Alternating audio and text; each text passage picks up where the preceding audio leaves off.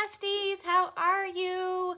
Happy Thursday, happy almost end of month, happy almost November, Black Friday deals.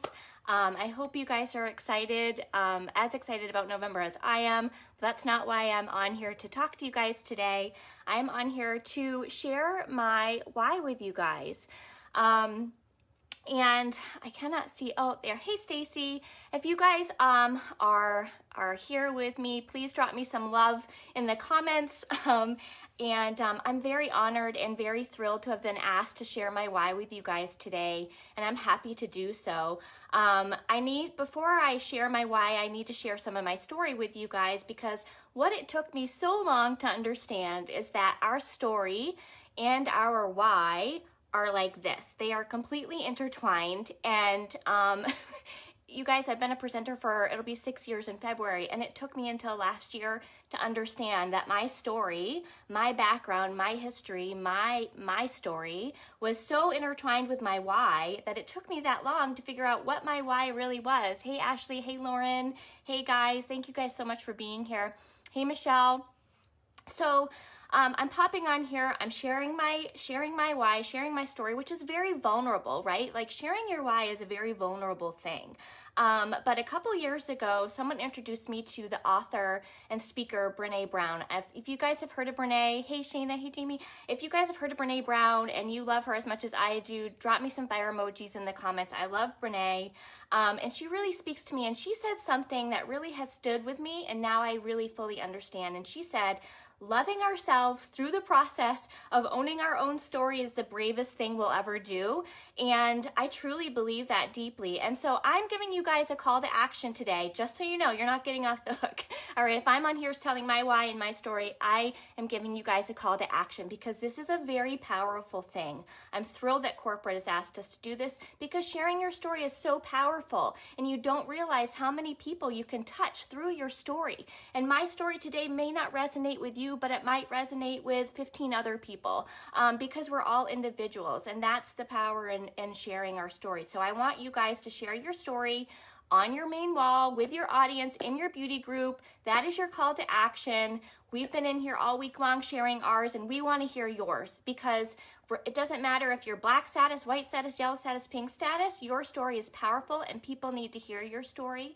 And I want you to hashtag it my why, so we can find your stories and celebrate you guys as well, right? Okay, so my name is Amy Alley. Hello. Do it scared. That's right. I'm a black status presenter, which doesn't mean anything. I'm a unique presenter. I'm from Maine, born and raised. Been with Unique for almost 6 years now. And chances are, if you guys are watching this live, if you're relatively new to Unique, or even if you've been with Unique for a while, you might not know what your why is. And you're looking at all these people popping in here in this group being like, why is everyone talking about their why? Like, what the heck? And I was the same way. When I first joined, back 6 years ago, everyone was talking about their why. And I'm like, why is everyone talking about their why? And they were like, share your why and know what your why is and be grounded in your why. And I'm like, what? I'm like, I just bought a kit of makeup because my best friend told me to do it, and I'm over here having fun and just trying to hit pink. Like, I'm like, what are you guys talking about why? What your why for? And it really took me like up until this past year to fully realize what my why was. Even though it was driving me all along, I didn't know that. And maybe I knew deep down in my heart, but I was just too scared to admit it, because your why is a driving force. And so we're going to talk about that today. So my background really quick, because I need to tell you where I've been in order to tell you how I got here today and what my why is. I'm a physical therapist. I went to school, I got my master's degree in PT. I was in healthcare for 17 years. Very early on in my career with physical therapy, I got into the management track. So some of you guys might relate with this. And so I got into management very early, just 2 years into my career. And my career went like this, woo, like it didn't stop. Like once I got into management, it just kept spiraling and going. And I loved it. I was very proud of my accomplishments. I was extremely proud of my career. I loved what I did. I loved being in management. I loved being in leadership. I loved mentoring other people. But my career snowballed so early on that I ended up becoming a VP of a large company in the US by the time I was 35 years old. I had 2 small kids. And so was it ideal? No. And I knew that. I felt that at the time, like, whoa, whoa, whoa, I don't want to take this promotion, but like, you know, you're in it and the promotions are there and people, your mentors are telling you to go for it. And so I went on that career path really, really fast, but it wasn't the way I would have chosen my life. It wasn't the plan that I would have had for me. Like, maybe I could have become a VP when I was 55 and my kids were in college and I had more time. You know what I mean? Like, it was just not what I would have chosen for myself. But I was very, very proud of my career. And so when Younique came into my life, I had just started this big, scary, what I call, my team knows, Scary Mary position with my company. I took that VP position. So that's when Younique came into my life. My kids were barely 4 years old and 9 years old. I had just taken this big position and I bought a kit of makeup. I didn't know what was happening.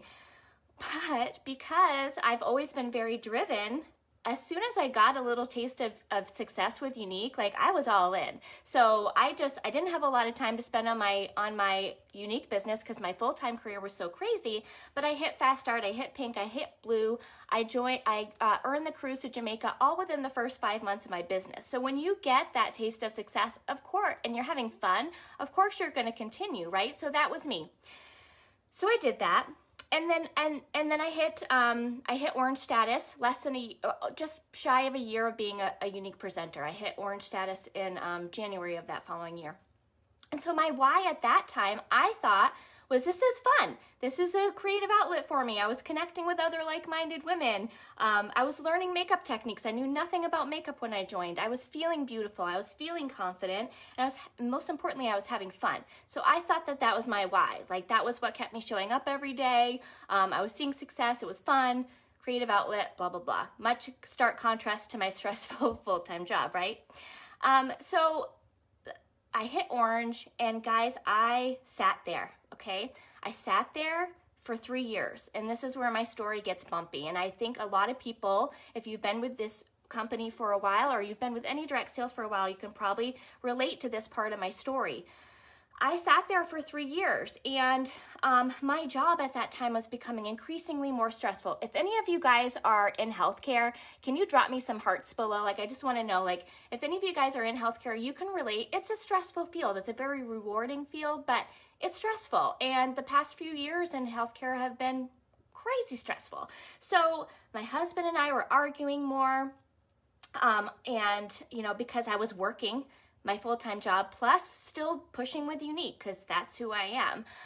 And so I was still attending Younique trainings. I was going for big goals. I was doing vendor events on the weekends. I was working all week doing vendor events on the weekends. I was doing home parties whenever I could, pushing. And I literally, guys, at that time, I had people look me in the eye like this when I would talk about Younique, and they'd be like, really, Amy? Like, aren't you, like, busy enough? And, like, totally judgmental. My own family was saying that to me. Like, people were like, why are you doing that network marketing thing?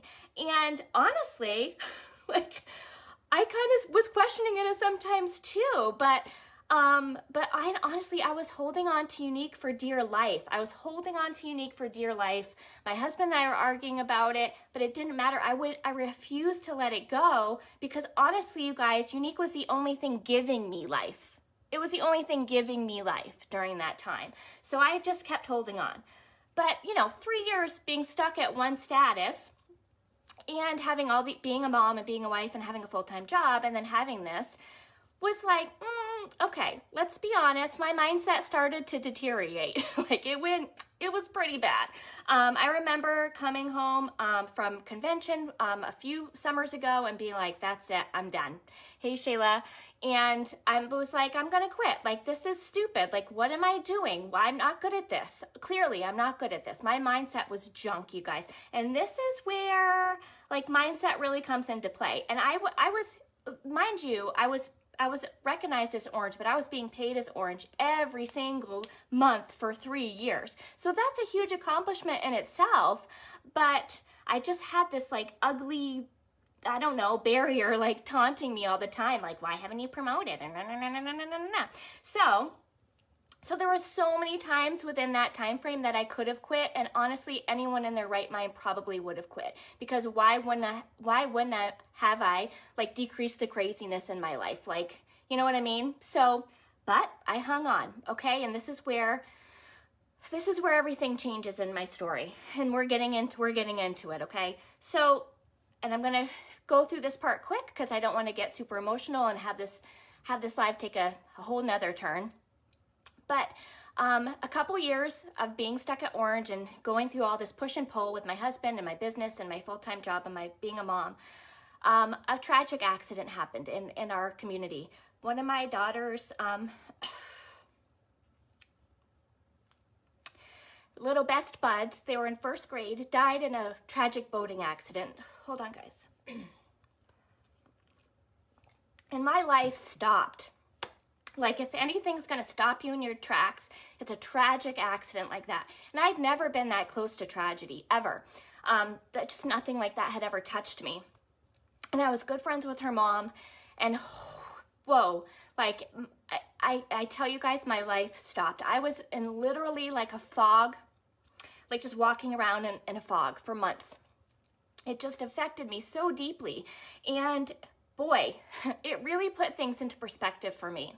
And Ben and I started to talk, and let me tell you, what it put into perspective for me was that I did not want to be stuck in a career that I was going to resent, no matter how proud I was that I was shattering glass ceilings, that I was the youngest VP in this huge corporation, and a woman, no less. Like, damn, I was proud of myself, but damn, that job was also really beating me down, and I was dying inside. I was so stressed that, you know, that success was, I was achieving that at the cost of my emotional well-being, okay? So it was at the cost of my marriage. My husband and I were still fighting, and honestly, at the cost of truly being able to be present with your kids. If anyone can understand that, like, drop me some hearts below. Like, if you've been so stressed out by your day job that you can't be present with your children at night, something's wrong there. Something's wrong there.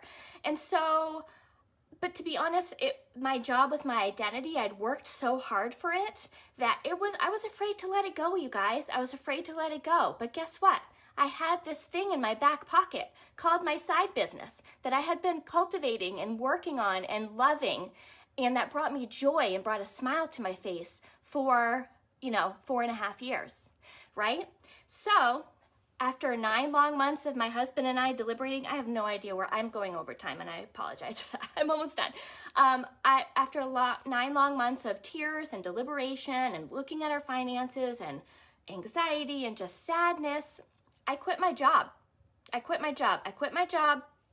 I was still an Orange status presenter, but I went all in. I said, I'm going to do this. I needed to change my life. And I was, honestly, I was looking around at what other jobs could I do, because I knew I had skills. I knew I was good at what I did. But maybe I could find something that brought me a little bit more joy. And my husband and I were like, no, we're going to give Unique a shot full time, see where this can go. And so in June of last year, I quit my job. And in July, my why changed. My why came into focus, because my why was big enough to then push me to discover the greatness that I always had in me that was just sitting there, but hadn't been able to like blossom or flourish or come out. And so my why, guys, my why was that I was doing this for my family. My why was that I didn't want to go through the motions of life and wake up and be 75 and look around and be like, what the hell just happened? What the hell just happened? I didn't want to be distracted when I was with my kids anymore. I didn't want to feel so stressed that I couldn't enjoy the time with my family on the weekends. Guys, my brother got married. And that day I had to fire one of my best friends in my company, someone I had worked my way up through the ranks with, but I was now his boss. I had to fire him. I had to lay him off. It was the most stressful, awful thing that I ever had to do. And I cried the whole day leading up to my brother's wedding. That's how much this job was beating me down. And I know some of you guys can relate. And so my why was that I had to succeed. I had no choice. I promised my husband, honey, if I can bring in at a minimum, enough to pay for our house mortgage and our camp mortgage, because we wanted to maintain a similar lifestyle to what we had built, right? I promised him like I would do that, and he was like, he agreed. So I needed to be successful to provide for my family financially, to succeed for my children, to show my children that there's a better way too, because they saw me as a stressed out mom all the time, and that's not fair to anybody. So my why was that I never wanted to go back to that feeling of being in a career that I was proud of, but just beat me down every single day. And that caused me to be a shell of a human being, of who I really was for my children and for my family and for my friends. So that was my why. And so, you guys, like, my why was so big that it rooted me in every action that I took when I quit my full-time job. I already knew the basics of the business, and I had still been stuck at one status for 3 years. But my why was so big. Do you think I like all of a sudden learned something because I quit my full-time job? No. I had a purpose, I was driven, and my why was so big that nothing was going to stand in my way. And this may surprise you, and this is really important, and I want you guys to listen, okay? This is really important, because this may surprise you, but did you hear me say in my why anything that had to do with status? No. My why had absolutely nothing to do with status. In fact, when I quit my job, I had promised myself, and I had talked to myself, I had talked to my Amy, and I said, you are going to take status off the table, because it doesn't flippin' matter. And I knew in my heart that at the end of the day, I was worth so much more than a status color symbol standing next to my name in my back office. That had nothing to do with anything. That was not going to make me successful. And I knew at the end of the day that arbitrary color that I had next to my name was not going to keep me from having to go back. Go back to that full-time job, right? That wasn't going to drive me. That wasn't my why. And so what matters for you guys, if you're sitting here and you're wondering what your why is, the only thing that matters is your driving force. That is the only thing that matters in this business. What motivates you to show up when things are hard? What motivates you to show up when your business is not where it wants to be? When you're tired? When you don't feel like it? What motivates you guys to show up? That is your why, okay? And it might scare you. And chances are, if you guys are sitting here watching this live and you've been around here, if you've been around the bend, if you've been with us this year during this global pandemic, unprecedented times that we've been going through, and you are still showing up today and you're on this live, guess what, sister? That tells me that you have a why so big that you continue to show up, because it's been hard. We can all admit that. It's been hard, okay? But something is making you still show up today. You're still here. You're still watching this live. You're still planning for your November, all right? And that why might scare you, and chances are it will, because it did me. In fact, I reflect back to those hard years, you guys, and there's a reason why I held so tight on to Younique. I would not let it go for dear life, and everyone around me was telling me, let it go, let it go, let it go. And I was like, no, I'm not letting it go. And anyone in their right mind would have quit, because they were a VP of a huge corporation and they oversee multiple states in New England. I mean, you guys, ridiculous. And a mom, and their husband was mad at them for doing Younique. But I had this nagging feeling. I had people tell me to quit, and I was like, no, I'm not going to do it. And little did I know that feeling that I was holding on to, that Younique would be my lifeline when I needed it most.